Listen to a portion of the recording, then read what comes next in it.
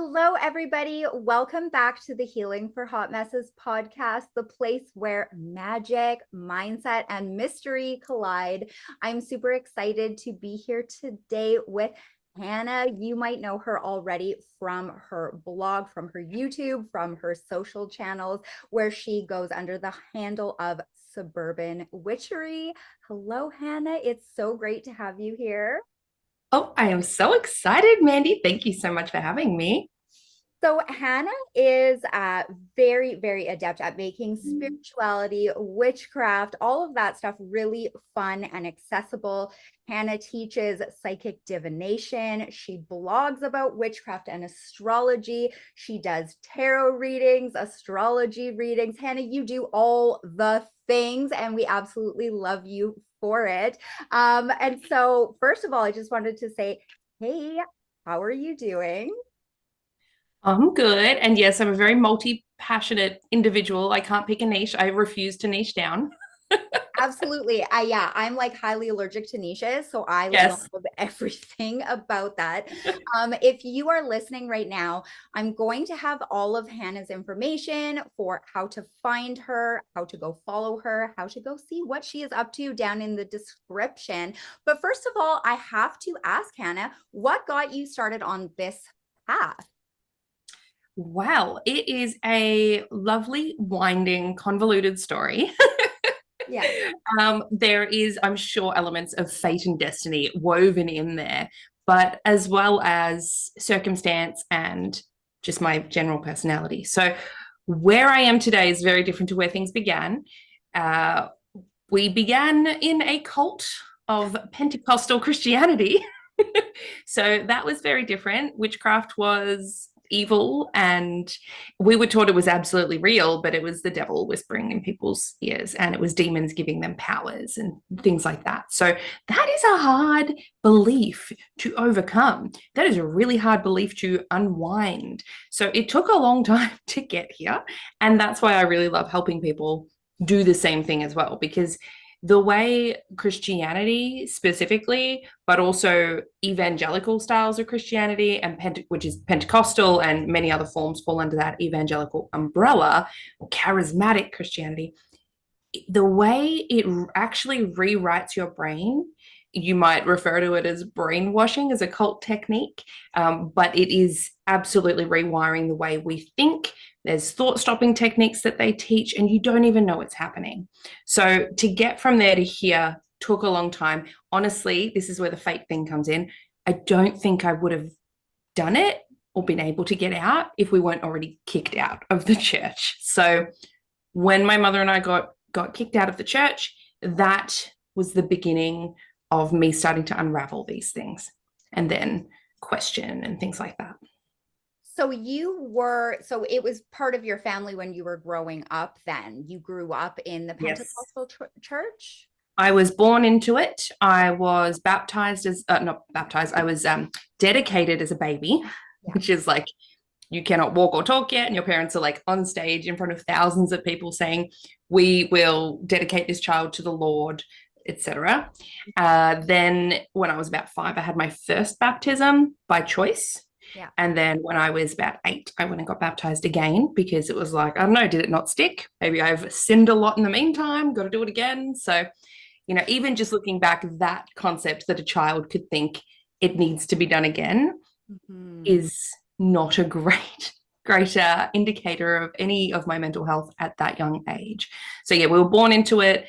We've been watching some cult documentaries, my mum and I, as she also deconstructs, because she was a few years behind me in the deconstruction pathway. So I've done a few like, hey, you want to watch this with me? Yeah. Let's watch this together. And there are some ones. There's a really great documentary called Shiny Happy People, and that is about what are they called? The Quiver Full movement. It's a different branch of Christianity. There are many branches of Christianity. There are thousands and thousands of denominations. And in that one, it's very extreme, and they're very much about having as many babies as possible. And you might know them from the Duggars, and there was a TV show on Amazon that was about, 19 and counting, and like 19 children and one on the way. Yeah. Like, I cannot imagine. Anyway, in that documentary, which we're watching from a point of view of like, wow, they're so crazy, right? They're telling about this technique they did called the blanket technique. And this is a technique of teaching babies not to rebel. So they would put a blanket down when they're at church, and they'd put the baby on the blanket, and they put the toys outside of the blanket. And anytime the baby tried to reach off the blanket, they would hit them. So the baby learned very quickly, don't leave the blanket. And this is where you get these kids that are so well behaved and they're so good and they don't step out of line because they have learned literally as babies not to do that. And I'm watching this also in the mindset of like, oh my gosh, that's crazy. How can people do that? And my mom's sitting there, she's like, oh my God, we did that. We did that. And I was like, whoa, what do you mean? What do you mean you did that? And she's like, we did that. We all had the blankets. Like, I didn't even think about that for 30 years. I didn't even question that. But that's what everyone in the church was doing. Yeah. And so even watching these like more extreme versions of a cult has awakened a few things for both of us, being like, whoa, the influence goes deep and the things that you just totally don't even realize are there. So one of the things, especially now that I'm on this path of witchcraft and spirituality, which took a long time, but one of the things I'm very, very vocal about as well is making sure that those things don't happen in this space either. Because we do see there sometimes is this new age to alt-right pipeline, just like there is a Christian alt-right pipeline. Like there's this very weird, I don't know if it's a spectrum. It's kind of like you go so far either way that they meet on the other side. Oh, yeah. So I'm very conscious of making sure my spaces don't include that, pushing back on anything that I'm doing, figuring out where it comes from, why we're doing it, checking sources of people that I'm chatting with and where they're coming from and what they're talking about. So yeah, that's part of, I guess, what's informed the way I do teach and present witchcraft now, for sure. I don't know if that answers the question. Yeah, no, it did. And you're such a good resource for people that are going through that experience themselves, because it's something that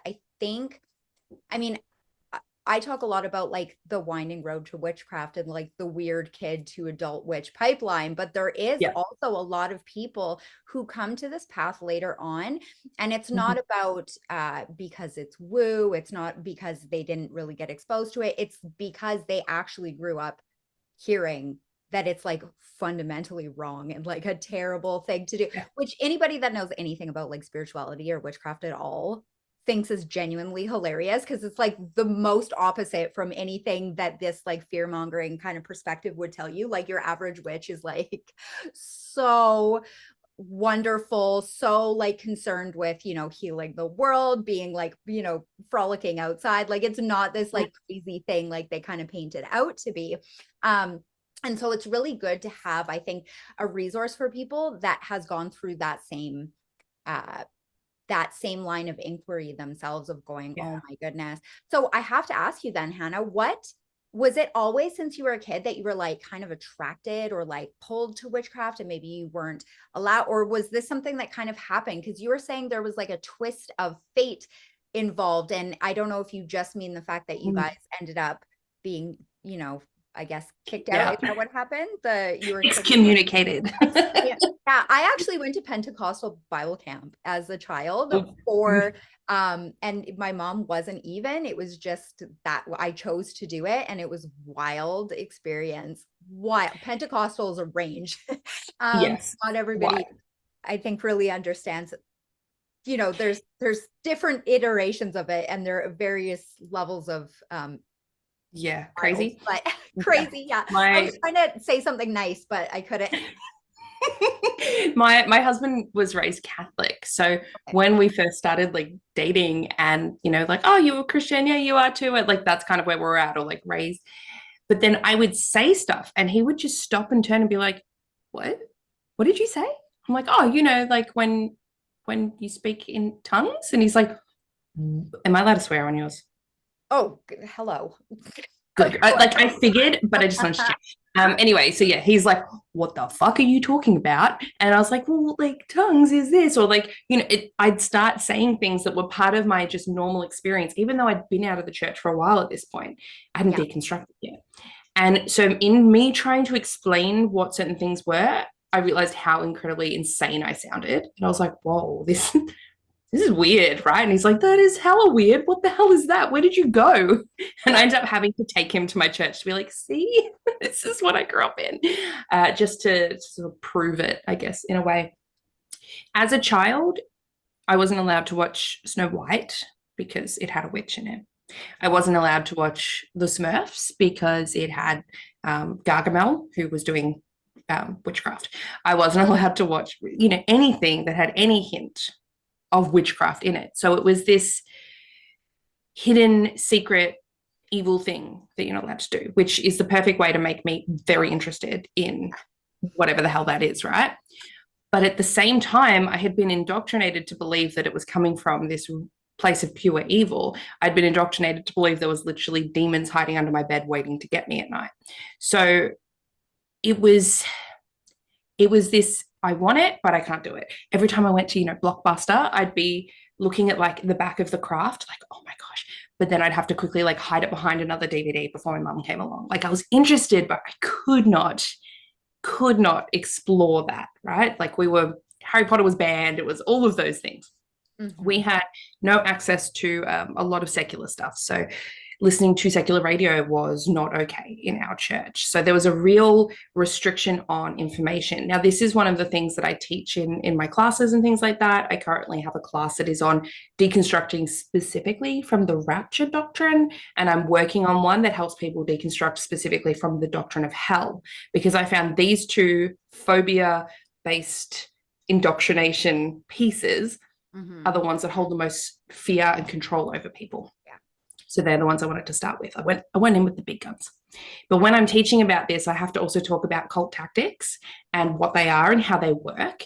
And one of the ones is information control, right? It's a huge one. So controlling what information you're allowed access to and what information, so they feed you the information they want you to have, and then they restrict the information they don't want you to have. And this was one of those things. You're not allowed to listen to secular radio, watch certain TV shows or movies, or read certain books. All of that is about information control, so they can control the narrative of what they want people to do, right? And we can look at that from an outside point as well, as then you can't be taught to think critically. You can't be taught to evaluate these things yourself. And so you are more susceptible then to the information that they are feeding you. And then that goes into a whole host of other things in where this can go wrong in terms of like politics or whatever is happening in the world, and people being more easily swayed to a certain viewpoint. Mm-hmm. That's the point. So as I'm growing up, getting to sort of like teenage life, I have a very vivid memory of opening I think it was a dolly magazine, which was like a teen girl magazine, and it had a sealed section in the middle, which was always like, oh, what is in there? And I wasn't supposed to open those ever. They were always like, they're sealed for a reason. You're not allowed to look in them. And my curiosity got the better of me, and I opened it, and it was a witchcraft one. And it was all about Sabrina the Teenage Witch, and it had a spell in there. And just reading that made me go into like a spiral of like penance and praying, thinking I had unlocked some terrifying, terrible thing, and obviously invited a demon in. Like, I'm possessed now. Like, this is my life, right? So, but I remember being so intrigued. I had to read it, and then immediately felt all the guilt from that indoctrination. So, like, the interest was there. Mm-hmm. As we got, kicked out of the church and a few years went on, I noticed that I was very much drawn to things like the darker side of things. I sort of really allowed myself to explore those. Like, I wasn't allowed to watch this then. Now I can read Harry Potter, or now I can, do all of these other things and watch these movies, and got very obsessed with things like True Blood, which is all about supernatural stuff, right? So it kind of blew open my worldview. Yeah. In a really good way, in a fun way, in a safe way, because it's media, it's fantasy media, right? So I could explore these like in this realm of it's not really real. But I'm one of those hyperfixation type of people. I'm very neurodivergent. So I went deep on all of these things and started looking at, well, where does that come from? What's the mythology behind that? What is the folklore behind that? What's the history behind that? And suddenly started piecing together a few things and going, oh, oh, actually, some of this actually might be real. Oh, that's kind of cool. And that sort of led me down into doing a few little like experiments with pushing my worldview out, usually around things like divination. I wouldn't go near tarot cards for a long time. They were still too evil in my brain. But things like tea leaf reading felt really safe. So I would do tea leaf reading. I would grow my own herbs. I would talk to my plants. And I didn't really classify this sort of stuff as witchcraft at that point. I was very in tune with other people. So I remember at my workplace, someone would be on the phone and I'd just go, oh, that's not a good phone call. I need to go and get her a cup of like chamomile tea and I'm going to sweeten it. And that's going to, take her mind off it while she's doing this, which is a very witchy thing to do. Right. And that was just from her saying hello. It's like I just knew. Yeah. And then suddenly she's got this steaming hot tea and she's like, how did you know? And I'm like, I just know. And so my work colleagues started actually saying, you're so witchy. And I was like, oh, I like that. That's fun. Yeah, I am witchy. Yes. But if someone had said to me, are you a witch? I would have absolutely been repelled by that word. Like, no, I'm not a witch. Just a little bit witchy. So I had to have the why there for a long time to make it feel safer. And then I guess the more I delved, the more I explored, the more my divination predictions came true, the more I started to tear things apart by not returning to the church, the more comfortable I became with saying that word. And then when I finally did say, you know what, I am actually a witch, everything shifted. It's like that, taking that power of that word and the fact that, yes, it is directly opposed to the church. And I'm okay with that now. So that's my long story of getting there. I love it because that's such, I mean, this is the thing for me. It's funny. The word witch, what is a witch? What is witchcraft? I mean, everybody would have so many different answers for that, but like at a base level, being a witch is about personal power, and it's about not just like laying down and being like, oh, I guess things are happening to me and like, what am I gonna do? It's all about reclaiming that power. And so I love that, because when you look at the fact that having those religious belief systems that are really very oppressive in the sense of like, it's controlled what you're allowed to be exposed to. It's almost like this method of like thought control, right? So I went to school for psychology, and I was really lucky when I went to school that I studied cults and group dynamics, which are two different things, but pretty much the same thing. Yeah. And it's so interesting because you can see it all over the place, everywhere. So if there's going to be a belief system that is weighing so heavy on your life, why can't it be something that is, instead of heavy, it's something that's light and freeing and feels like it's an escape hatch, right? So that's why like when you even claim the title, not that you always have to, but it can be such a powerful act of liberation, particularly from a religious, like deconstructing standpoint. Yeah, I often say that my witchcraft is a love letter to that version of myself, that child who was terrified in the face of the enormity of the church and the demons that came with that. Right. Like this is for her. That is for little Hana that was petrified. And, little things now, you've got the psychology background. So does my husband, which is great because when I would tell him things like, oh, I've got such an active imagination. Every time I fall asleep, I've got like a movie length, movie that I go through and I'm doing all this. And after a few times of sort of telling him about all my wild ideas and everything, he sort of went, sometimes that's called maladaptive daydreaming. You might want to look into that. And I was like, okay. Turns out that is a trauma response to when so many things that you have no control in life, right? So many things are, I guess, oppressive. Like you're not allowed to do this. You have to do this. This is the way you have to behave. That the only form of escape is through this like wild imaginative daydreaming, which was very often would make me like very emotional. It was quite, looking back, I'm like, oh my god, I would never want a child to imagine those sorts of things that I was definitely doing when I was at a young age. I didn't realize that was my coping mechanism. So learning and finding out all of this sort of like psychological aspect to it has been really helpful. With cults, understanding like the BITE model, which is where methods of behavior control, information control, thought control, and emotional control, all of those forms of manipulating people into a specific way of being, that's been crucial for unwriting it, I guess. And then, as I was saying before, making sure it doesn't happen in these spaces as well. So, I have chronic health issues. So I'm always looking for something that's going to help me heal from, I've got EDS, I've got chronic migraine. So I looked into when celery juice got really big. I was like, oh, maybe this is it. Everyone's saying it's really great. And it didn't take me long to start recognizing, oh, this is a cult. Wow. But it's not religious, right? It's not a religious cult, but it is definitely like that new age spiritual sort of cult, because the cult leader, I don't know if you want me to say names, but anyways, celery guy is saying that he's got this spirit that's speaking to him and giving him all of this information. And it has led to people passing away by following his advice. Like, it's really, really horrible. And when you're in that space, you can see it a mile away. A lot of MLMs, which are technically businesses, but they're not actually real businesses, a lot of them lean on this cult tactic dynamic to control people and to survive as a quote unquote business. So it's when you see it, you can't unsee it, and you start to see it everywhere. So yeah, it's probably why I'm more eclectic and I haven't gone into a tradition either, because I'm just like, no, I've done that. Probably don't want to do that again.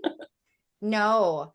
Well, okay. So I have to ask you something, and I don't know like if this is going to be an easy answer, but just, I know that you are a mother, right? And so from that perspective, like, does it shift how you parent? Yes. Just having an awareness of that. Because one thing, when I got my degree, I remember there were so many points where I was like, what? Like, I feel like every human being needs to know these things about psychology. Like, I feel like there's certain things about child development, about like group behavior, about all of these different things where I'm like, I feel like everyone kind of assumes they're like the exception, when really it's like we all have the same equipment, more or less. So like, how has it changed how you show up as a parent, understanding and having gone through your own deconstruction process? Yeah. So a couple of things. The concept of hell, just that, is incredibly traumatic and incredibly detrimental to a child's development. To even have an awareness or understanding of that from a young age, as like, this is true, this is real, not okay. So, I'm not a Christian anymore, but my kids do have questions. Sometimes my eldest definitely does. So when it comes to things like spirituality and religion, right, we don't have anything that is like, this is what you have to believe. Yeah. So from a young age, it's been like, mummy believes this, and mummy thinks this could be true, but I don't really know. And daddy believes this. And then we've got friends that believe, in the Christian God, and we've got friends who are Hindu, and we have friends who are this, and, that's okay. Everyone finds their own path. So I'm very careful to be like, there are so many options and none of the right one. Yeah. You will never know what the right one is. You have to figure that out for yourself. And one of my favorite things to do is at Christmas time, when we go and look at the Christmas lights and they say, what's that, about a nativity scene? And then I very loudly go, oh, that's the story of Jesus from Christian mythology. And I get all the looks and I'm like, yes, winning as a parent is great. So, teaching, I guess, from that sort of standpoint, that there's no definite right or wrong, because the parent has so much power over what a child believes, right? And at the heart of it, it's like, okay, if we're safe and if we're comfortable and if we're being kind to people, that's a good thing. And if it's something that doesn't make us feel safe and it doesn't make us a better person around other people, that's probably not a great thing for us. So more of, I guess, the awareness around how we feel in these places rather than being told what to feel. I'm definitely very emotionally aware when it comes to my parenting, and they have more words, but my 3-year-old can tell me that he's frustrated. Like, I don't think I'd ever learnt that word at that age, because you weren't allowed to be frustrated, right? So space for emotions and all of that. And you know what, I still have very well behaved, amazing children, and I don't have to hit them on a blanket. So I think I'm winning. I think so. And it's good too for them to have an awareness from an early age of the importance of, don't believe something's true just because you're told it's true. Have an open perspective. And like, one of the things that can be so perplexing, and of course, I'm not like trying to demonize all Christians or anything there, because there's so many beautiful, wonderful Christians that There's so many versions. Yeah. that really understand what the Bible is actually supposed to be saying in some of these things, or what Jesus was supposed to be about, whereas it's just been like bastardized, to Helen, I guess, to say, use that term. But like it's so interesting that they can say in one breath, the judgmental types, the type that are just really very rigid in their thought process, of like, oh yes, there's love and acceptance and kindness, and like, but then on the turn 2 seconds later and it's like, unless this and this, and it's like, okay, Yes. like even on face value, do you not understand the like distortion there, the fact that those things don't really go together? So we find that, especially that cognitive dissonance, more prevalent in the forms of Christianity that focus on a literal interpretation of the Bible. And they don't even notice that it's like, okay, so it's a literal interpretation. Every single thing, the world was created in 6 literal days, right? That is the literal interpretation. This actually happened. But then they don't take it literally with, gouge your eye out, like they don't see that aspect. Yeah. And that's a taught response. And evangelical as just even a term in terms of spreading the word out like that. People become, oh, you're going to love this. Can I go on a tangent? Yeah. It has to do with aliens. Excellent. All right. So when I was researching for the rapture, right, and I already had my class mapped out, and I didn't expect to be taken down so many rabbit holes of super interesting things. And the class ended up going from like 1 hour to like multiple hours and becoming almost like a mini course. It's very in-depth, because I was like, you have to know all this stuff. This is really interesting. Yeah. So way back in, am I going to get it right? I'm not the best with dates, but I think it was like 18 something in the 1800s. There was this dude up in upstate New York. Let me get his name, because I've got my notes here, and this will do it justice and give everyone the right stuff, because the whole word cognitive dissonance comes from the rapture doctrine. That's where it originates, and it also has to do with an alien UFO cult, which like it's a perfect blend of both of us, right? So let me tell you the story of what historians now call the Great Disappointment. Okay. This is a wild ride. So there was a man named William Miller who was a farmer from upstate New York. He wasn't a preacher or a priest or anything of that sort, but he did love his Bible. Now, in 1812, that was the year, there was a war which brought up a lot of doubts in his mind regarding his faith. So he chose to study his Bible intensely for 2 years in order to find his faith again. He particularly liked the book of Daniel. And in 1818, he realized that there was exactly 25 years left before Jesus would return. Love that for him. Right. In Daniel chapter 7 to 12, we have a number of symbolic visions of the future. Now, this biblical book was allegedly written by a man named Daniel, who was a Jewish exile in Babylon after the destruction of Jerusalem in the 6th century BCE. But biblical scholars these days know that this book was actually written in the 2nd century by someone who was claiming to be Daniel. So, of course, he would know what was going to happen because he'd already lived through it. So it was like, someone writing something now about COVID as if it hadn't happened yet. And then people in the future going, oh, they must have known, right? Like he wrote it after the things and pretended it hadn't happened yet. So that's what's happened there, right? But good old William Miller, the farmer from upstate New York, did not know this. So everything that Daniel predicted that historically then came true was seen as proof of him being an accurate prophet. Prophet. Words, Hannah. I'm getting excited. All right, so William Miller is reading Daniel with a fine-tooth comb and comes up with a date prediction. Let me show you the mental gymnastics of how he got there. So in Daniel 8, verse 14, it says that the temple of the Jews will be defiled for 2,360 days. And in chapter 9, it says the Jews will have 70 weeks to return to God. William Miller latched onto the common view that the Bible sometimes has a day equaling a year. So 7 days is 7 years. So if the Jews have 70 weeks to return to God, 70 times 7 is 490 days, and a day is like a year. So 490 days to repent from building the temple. He needed to figure out when the temple was ordered to be rebuilt, and he found that answer in Ezra chapter 7, which has a letter from a Persian king dated 457. So that's 457 BC, they've got until 33 BCE, which was the year Jesus was killed, and Daniel must have predicted it. So this is like, this dude has gone on this massive like conspiracy theory deep dive into this one book of the Bible, right? Yeah. So then he's figured, okay, so they failed. So there's 2,360 years of defilement. That's how long we've got. Let's add it all up. That's 1843 CE, like the year 1843. So the world's going to end in 1843 and Jesus will return. It's all there. It's clear. It's in the Bible, right? So he chose a date. Sorry? He cracked the code. He cracked the code, right? He chose a date in April, which came and went. And his response was that he accidentally chose a date from the Gregorian calendar. Whoops. It actually needs to go off the Jewish calendar. So his new date was October 22nd, 1844.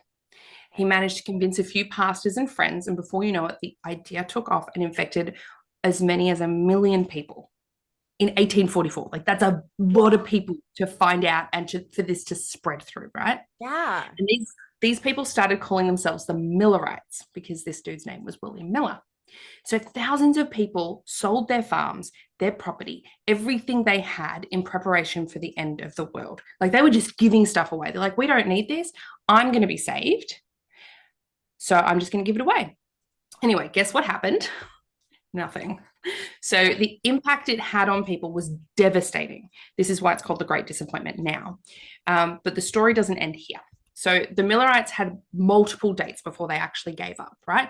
The prediction failure didn't end their movement. Instead, it made them split off into 30 different religious groups, 2 of which have become groups I know you'll have heard of. One is the Jehovah's Witness, and the other is the Seventh-day Adventists, which is to this day some of the fastest growing denominations. That is their origin story. Wow. But wait, there's more. Out of the Adventists, there was a split, and we got something called the Davidians, which became the Branch Davidians. And this was led by David Koresh, who his misinterpretation of the book of Revelation is what led to the disaster at Waco. Yeah. So that's like wild.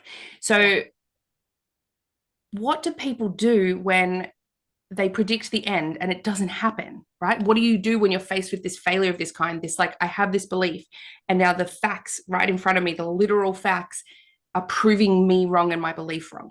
Mm-hmm. Well, this is where the UFO cult comes in. In the 1950s, there was a social psychologist named Leon Festinger who wrote a book inspired by the Millerites. So it's inspired by the Great Disappointment. And he called it When Prophecy Fails. He noticed, as you and all your listeners might have done, that the Millerites didn't give up and they kept on setting new dates, claiming the wrong calendar or some other small mistake that would explain the error. And then, they go out and share the new date with more people and in bigger and better ways. So they turned themselves into rampant missionaries when most people would expect them to dig a hole and hide away. Yeah. So he and a few co-authors decided to study this concept in a way that was separate to religion, right? So they chose a UFO cult to do so. And there was a group of people in the 50s that believed aliens were coming to collect them on a very specific date. The X-Files has a few episodes that are inspired by this as well. And this was, a really increasing popular belief in the 50s because there was this rise in science fiction. Right. So these social psychologists infiltrated a UFO cult and predicted aliens were coming on December 21st, 1954.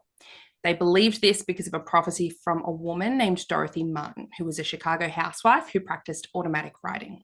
So this is, I guess, also feeding into just personally why giving specific predictions can be such a detrimental thing. And as someone who does a lot of psychic divination and astrology, I'm very careful, right? Because of this stuff. Mm-hmm. So they wanted to study what would happen to this group when the prophecy failed, which it inevitably did. Yeah.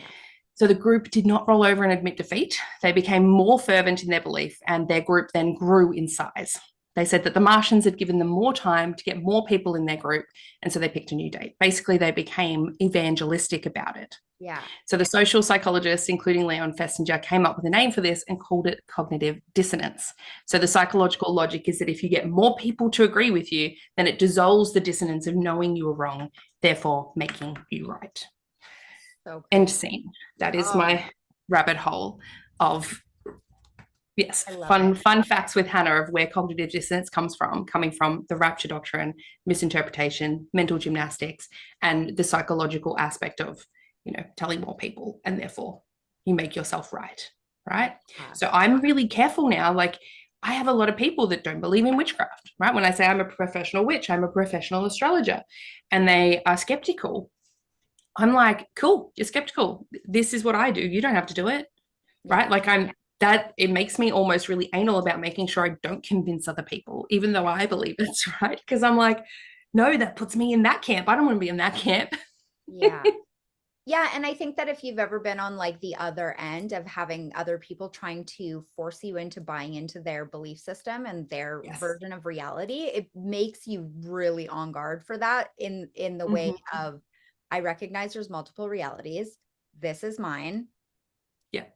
You don't get to come, I'm not going to impose mine on yours. You don't have to impose yours on mine. Like, let's all try and find some semblance of a common ground, but it can feel like, yeah, a really rebellious streak away from trying to force other people to fit in whatever box it is that you live in terms of like what you believe in. So, I like that story is that's a very cool story. It has like all the hallmarks of stuff that like captures my hyper focus for sure. Psychology, UFO cults, like, yeah, we got it all. And religion too. I love, Yes. like, so obsessed with like the history and stuff of religion because it's become something that it never was intended to be. These are like oral traditions that got written down, and all of a sudden people are believing that you have to believe what is exactly written in a book from a culture that has been and gone. Like, times have changed, and these stories are supposed to grow and evolve and reflect the challenges of whatever time they're being told in. And unfortunately, once they wrote that shit down, they shit the bed.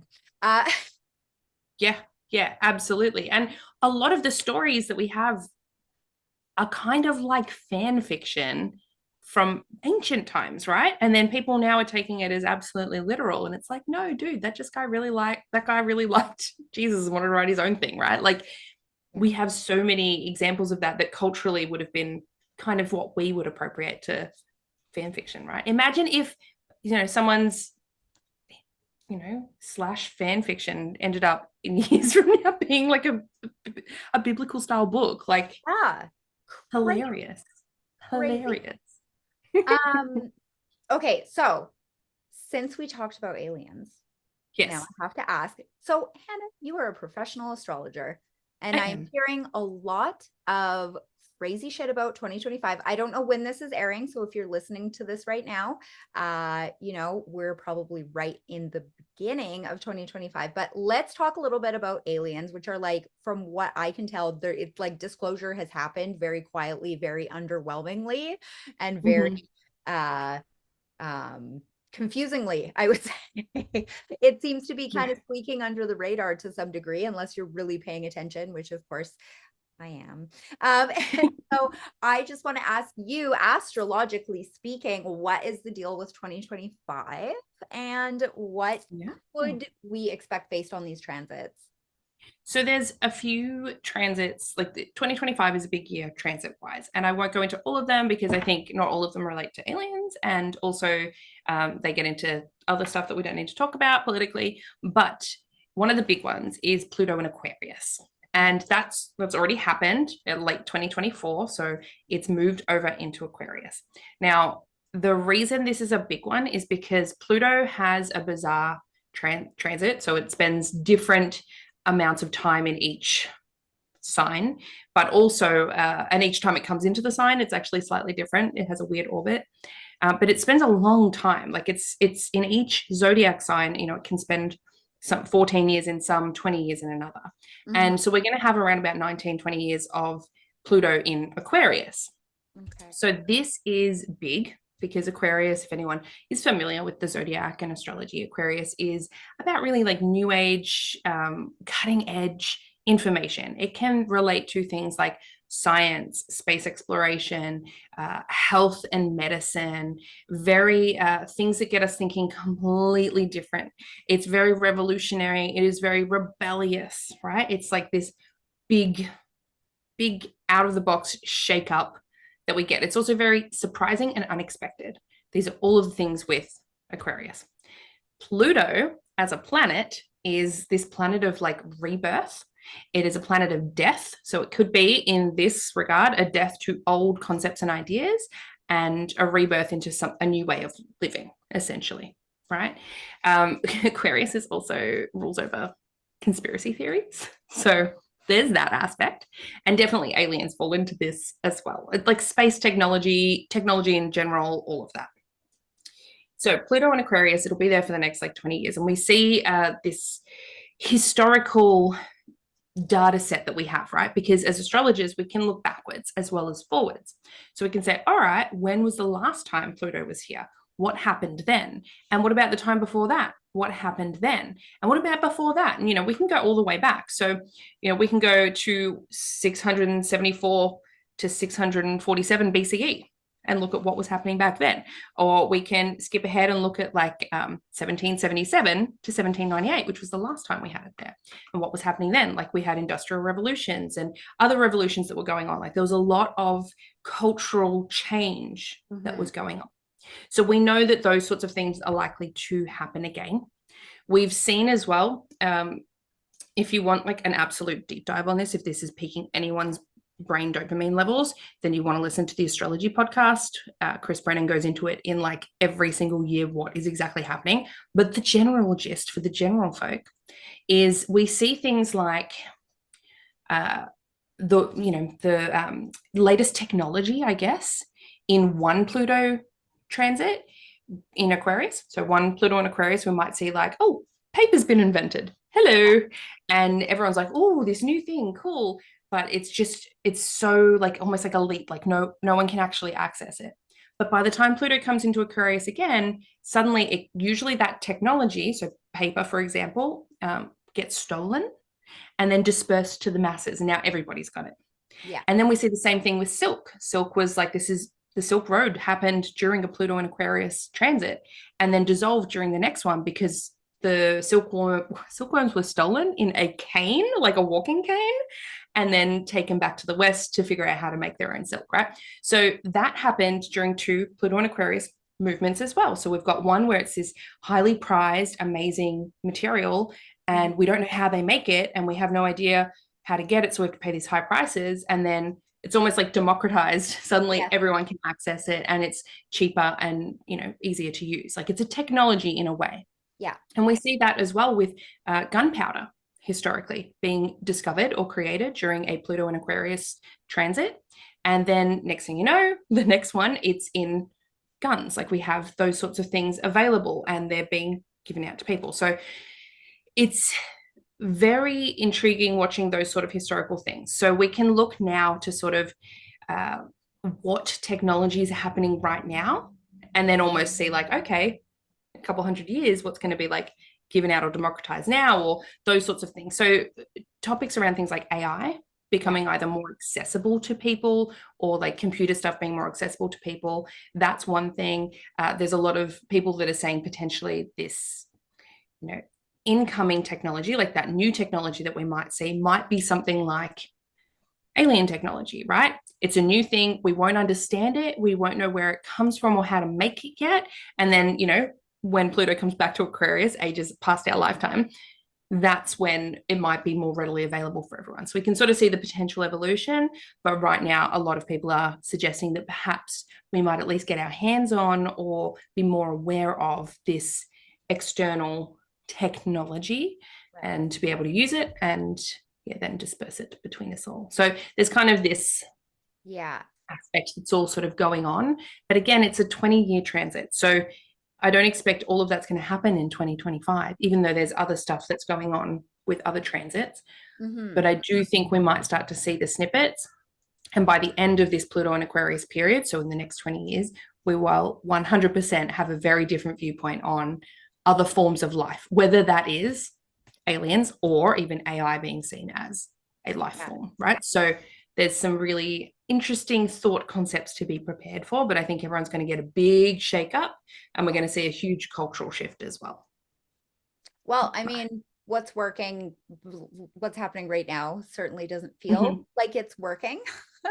So it would be really Absolutely. interesting to Mhm. see something fresh and something new, because I think there's an overwhelming sense, while most people are still stuck in some form of survival mode, that Mhm. this shit is not working, and a desire for something different. And so that's so interesting. Oh, I love it. I Yeah.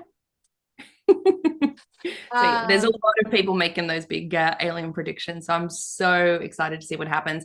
But also we know that like there's been some leaked documents and things like that. It's almost like it feels like a soft release, you oh know, yeah, I've when been watching the like marketing companies do that. yeah, I've been watching these Congress hearings, and I'm like, how is this not on the Yes. news? But then I'm unsurprised, because I feel like the news is just bullshit anyway. They don't seem to really talk about 100%. everything they should be talking about. But yeah, so that is very cool. I remember I had read something about this Pluto and Aquarius transit before, that the things that have Mhm. happened in prior, when this has happened in the past, is that it's not like it moves into its spot and all of a sudden like the all hell breaks loose. Like it takes some time for the wheels to start moving, Yes. and then it ends up being one of those sort of quantum leap situations where all of a sudden, if you look Yes. backwards, you're like, wow, how the fuck did we get here? But I mean, Yeah. being in the modern era right now is kind of like that anyway. Like I 5 years ago could not have told you what we are seeing right now, and like Mhm. the thought of what's going to be, available to everybody in 5 more years, like trying to think of what my kids are going to have access to, is there's no point thinking of it really, because it feels like Yeah. it's at a point where it's beyond Rapid. imagination, right? Yeah, it's just such a rapid technological advancement that we're going through. And Yeah. like the Industrial Revolution was last time, right? So I'm sure that was brewing for a Mhm. while. And then just like bam, it hit, and we can go, okay, that was the Industrial Revolution. That's when it happened. So something sort of similar like that, where we're kind of in that brewing and building up to it stage. And then this big, almost like, as I said, Aquarius can be very surprising. So like just bam, and then suddenly everything changes from there. Yeah. So Wild. really like I'm excited Yeah. on the same, like that's collective astrology, right? Mhm. On the same vein, everyone will have Aquarius in their birth chart. So if Yeah. anyone is versed in astrology, you can look at where Aquarius is in your chart, and that will tell you where Pluto is now going to be transiting for you. So that can tell you where you're going to have some change and transformation. And Pluto has this way of making big things small and small things big. So you can maybe see if you're like really something's really big in your life here, it might actually get really small for you depending on where it shows up. Yeah. So it's really interesting to look at your own chart and feel into that and sort of take note of it over the next couple 20 years. My husband is an Aquarius. So Uh-huh. I've been like, oh, I wonder what's gonna happen. But like, being not an astrology girly, I'm like, ooh, I wonder how Mm. this is gonna play out. Well, it depends on where it is. So for me, I'm a rising Aquarius. Yeah. So it's my Okay. rising sign, which means my first house is what's going to be getting the shake up. So that means that it was just previously the last 14 years it's been in Capricorn. Mhm. So that's my 12th house, right? So I know that things related to the 12th house, which is spirituality, Yeah. right? Spirituality got a shake up and got a rebirth moment. And I can see that very clearly. Yeah. 12th house can also be about like isolation Mhm. and I've seen that very clearly in my own life, that I've had these periods of like just being very isolated because of A, motherhood, and B, defense life. We're moving to a new house all the time, and you're constantly having to make friends and that sort of thing, and relying heavily on myself. So now that it's in my first house, some people are like, oh, that's scary. But I'm like, no, I'm actually really excited for it to be out of my 12th house. I think this is going to be a smoother transit for me. So, yeah, I think looking at where it is, don't be afraid of where it is, but just see that it's going to be teaching us something that we need to go through anyway. So, Mhm. yeah, Oh, I love I that. might have an identity shift. I might look very different in a few years. We'll see. I think everybody should, honestly, on an ongoing basis. Absolutely. I think the vibe of that is just amazing. So okay, well, Hannah, I've got to ask you this.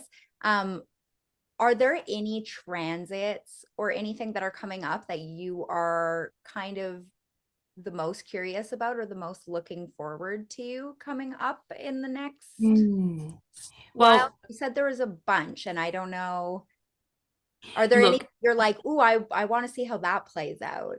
yes, I've always got like, oh, I'm interested. And I have like a little personal notebook of things where I'm like, this is what I think would happen. So there's things there's like my inside thoughts that I think might happen, but also might not be smart to share publicly Yes. just based on the reaction some things can have.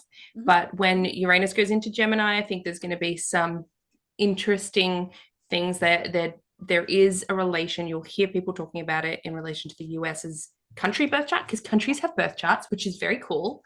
Yeah. So in relation to that, there's often sometimes like conflicts and things that can come Yeah. up. So a lot of people are looking at that when that's going to happen. But then also things like Neptune moving into a fire sign again, that can really impact things like interest rates and Okay. that sort of like finance side of things going up. I've got another friend who's an astrologer who we were chatting about it, and she was like, look, I often see that as things like temperature going up, like environmentally, Yeah. that it's going to, put the temperature up even higher climate change wise. So there's some interesting sort of things just to see how things pan out. Like I posted a graphic on my Threads account recently about the last time Neptune was in a fire sign, and that was in the 70s, and how that was in Sagittarius, how the interest rates were through the roof here in Australia at that time period. So that's when you're able to look at these like beautiful graphs that people have made, in other industries, and then really look at them against certain transits and go, oh, that's an interesting correlation. Let's see if that happens again, which is what astrology essentially is.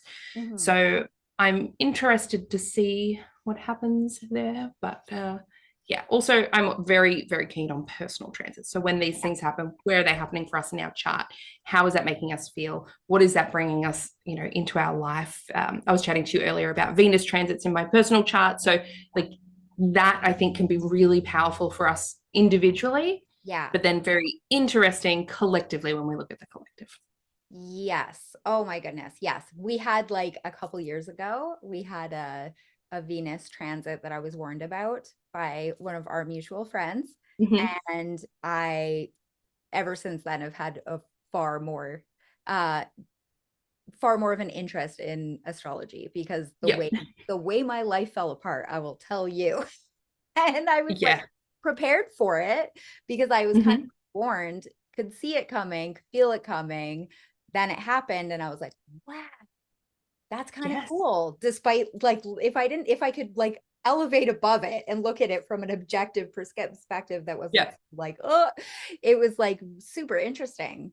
Well, having the awareness of what could be happening makes it that much easier to, Tolerate. cope with when it comes up. And you're like, oh, that's that thing. You're not as shocked by it. You're not as surprised by it. So that's and you can that's kind of definitely breathe and like, okay. yes. Or you can have, tips. Like I give my clients tips like, okay, you got this coming up, like your Saturn returns coming up.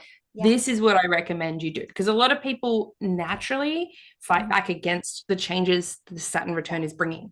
And the more you resist Saturn, the harder it gets, right? So you're going to make life so much harder. It's going to bring you lessons around X, Y, and Z.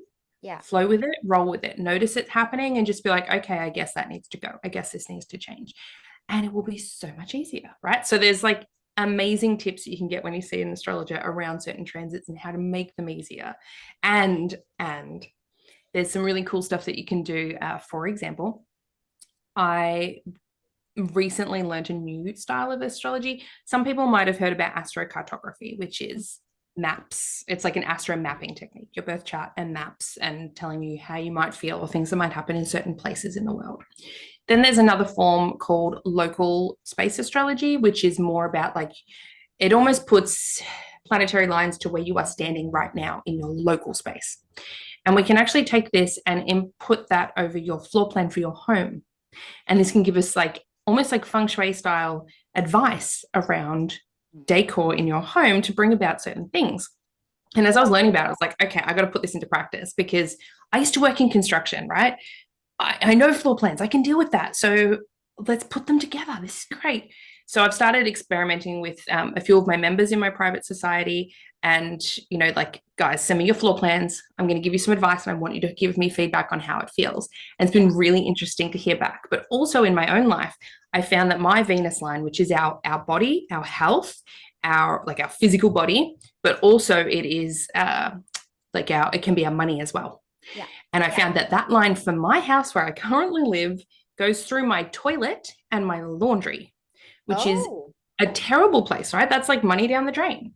And I was like, oh, okay, I need to really fix that energy. So I went through this like Venusifying my laundry and my toilet. So like I've put in like this beautiful like feminine bust candle and like a goddess figurine and seashells and pink and just like almost like romanticizing those areas. I've put plants there. I made sure it's very clean, and it's amazing the difference I felt physically in my health by doing that. And I'm like, this could just be a mental shift.